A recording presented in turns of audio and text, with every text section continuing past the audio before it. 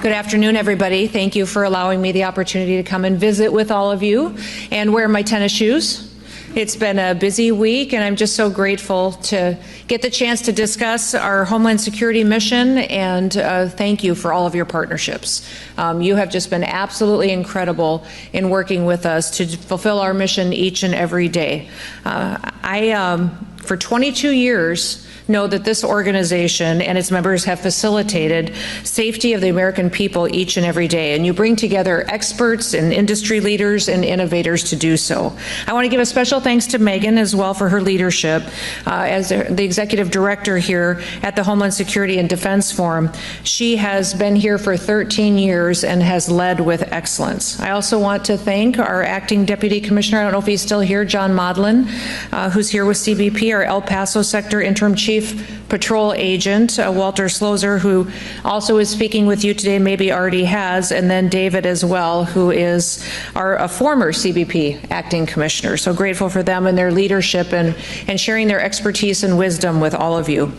We know that a secure homeland is important not only because of our duty to protect the American people, but also because it's important to ensure that our country remains prosperous, and that's how industry can thrive. I know what it's like to run a business. I'm a farmer and rancher from South Dakota, which you probably know, but also ran several other businesses, including a restaurant, a hunting lodge, and different entities with my family over the years, had the opportunity to serve in Congress and then as governor before I had this position.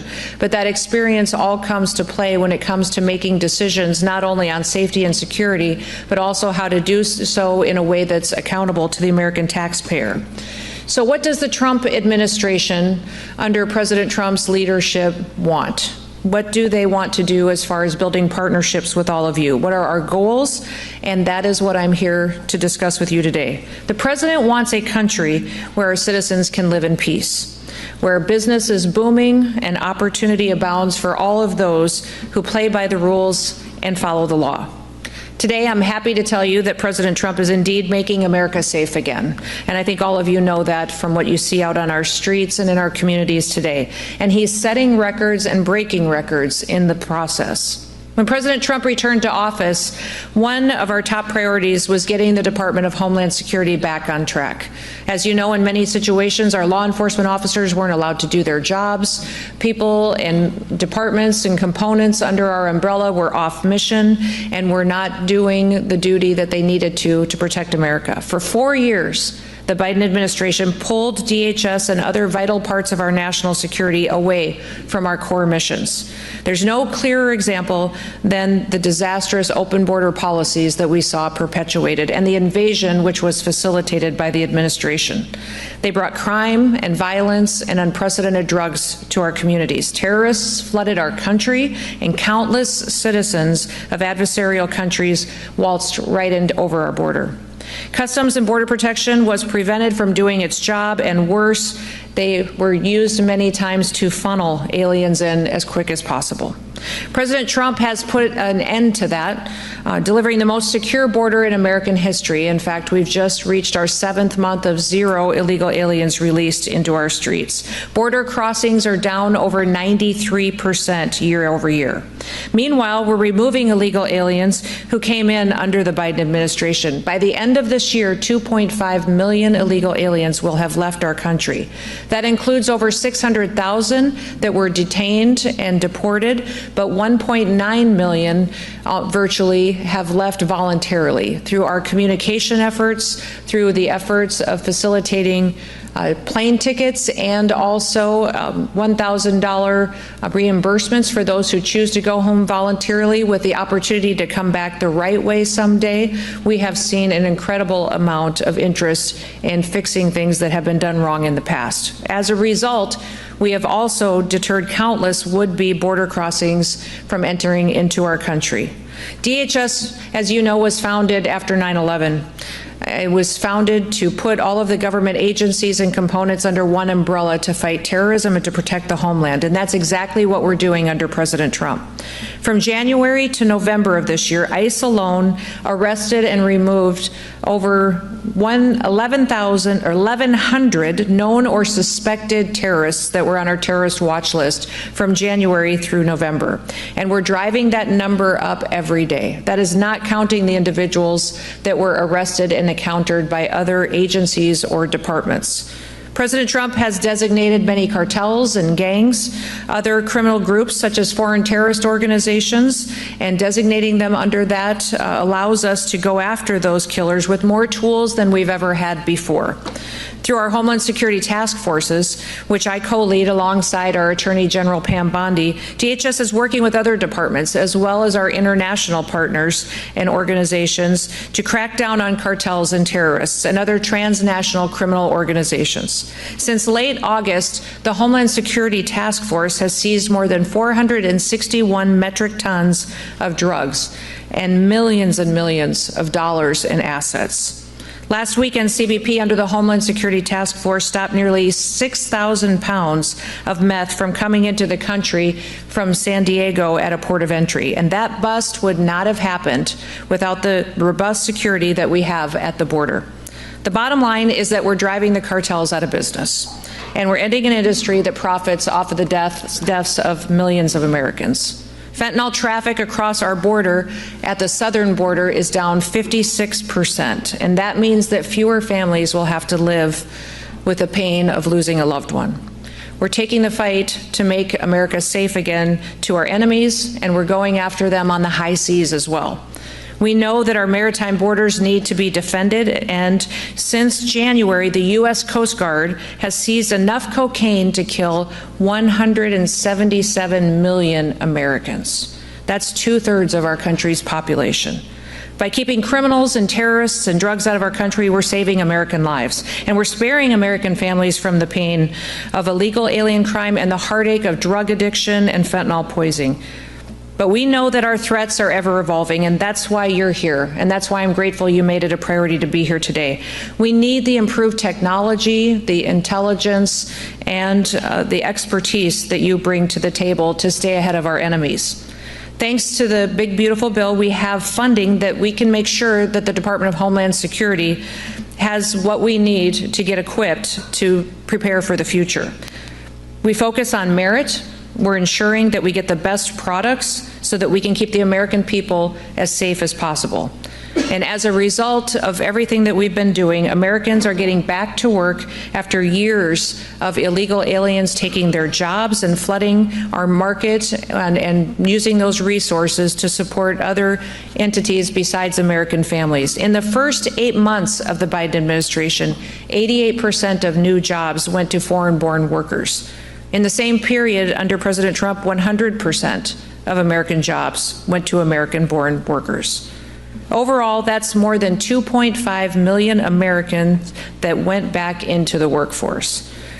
Now, as President Trump continues to stand up for our citizens and prosperity on the global stage, he also is working to enforce American tariffs. CBP is responsible for implementing and for enforcing all tariffs, and in January, CBP has collected meet our safety protocols. You won't regret it, you won't have any tariffs, and we want to do business with you if we do it the right way. And we will rely on our international relationships and partnerships to keep our country safe.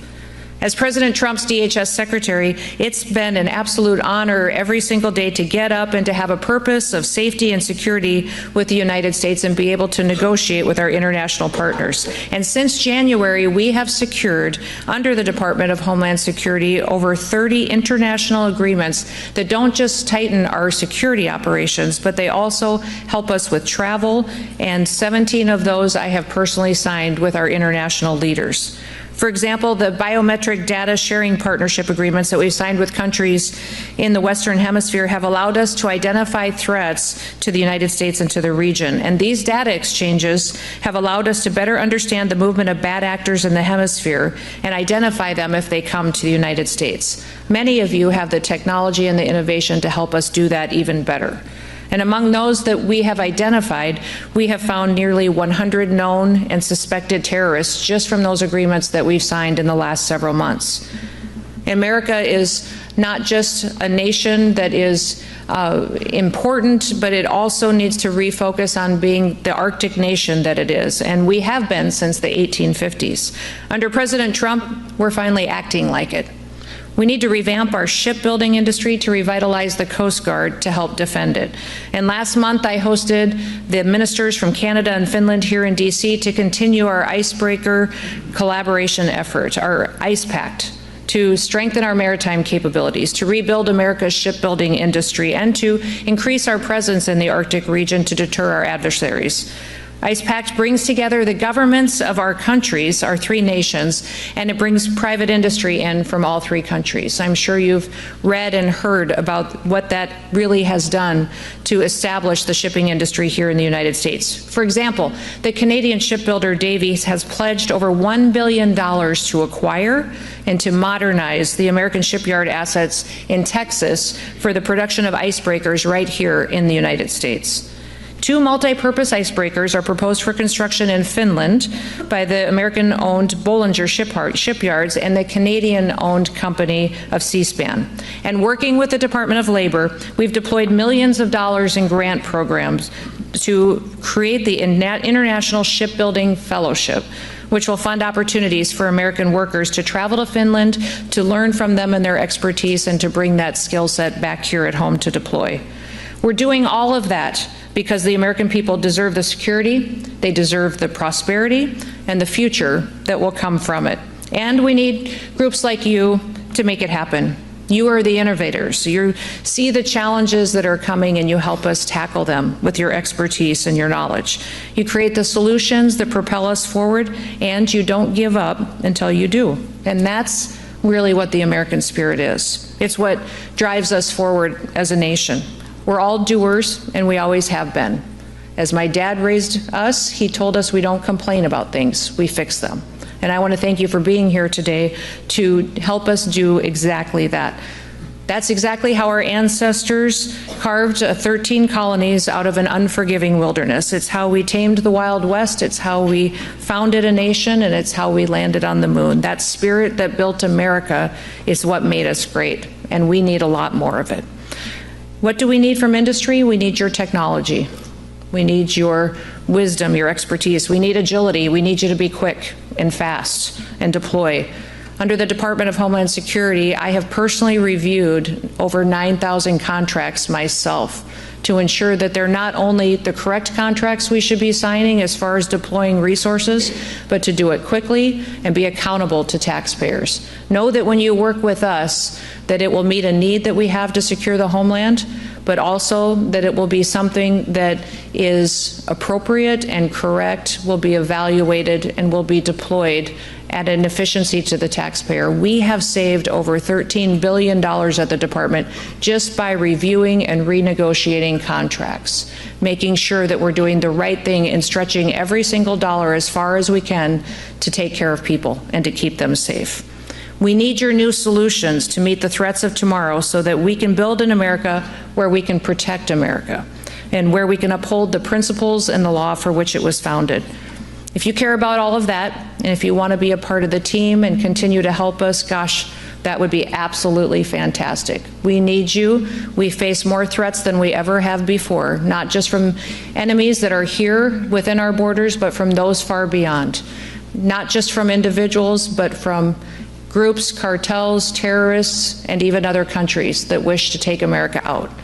Our threats are great, but our people are even greater. And I want to thank you for all that you do to help us to achieve safety, but also hope and happiness here for our families that live here. Julie Durbin, Caroline. Yep. You have a contract on your desk right now to review the We're going to negotiate a contract right here today. I love it. I want to know what we're going to do to improve and quickly put in place AI-enabled surveillance on our borders to improve the false alarm rate, which is very, very high right now and causing a lot of pain to the folks in the field who need this. As you know, we had a plan under Trump 45 to build the wall, and the wall is not just an infrastructure of a primary wall. There's a secondary wall and the technology and surveillance equipment that actually goes with it as well. And as we do that, and this is the largest project that's ever been undertaken, I believe, in the world, to build an infrastructure project of this magnitude. And having the right technology to tell us when there is a threat at that border is important, but also we need to know when it's not a threat and it's something else. So your contract, I don't know the specific one, but I will go look at it. It's not on my desk yet because I just cleared my desk this afternoon. But I will. But that is one thing that we need, is not just technology, but technology that's reliable, that gives us the correct information we need to keep people safe. So we have already done the many contracts to deploy and building of the border, but we are going to continue to allocate those. I think we have put those out faster from the OB3 funding than ever done before as far as the contracting process has gone, but we'll continue to ensure that those systems get installed and online as soon as possible. What else?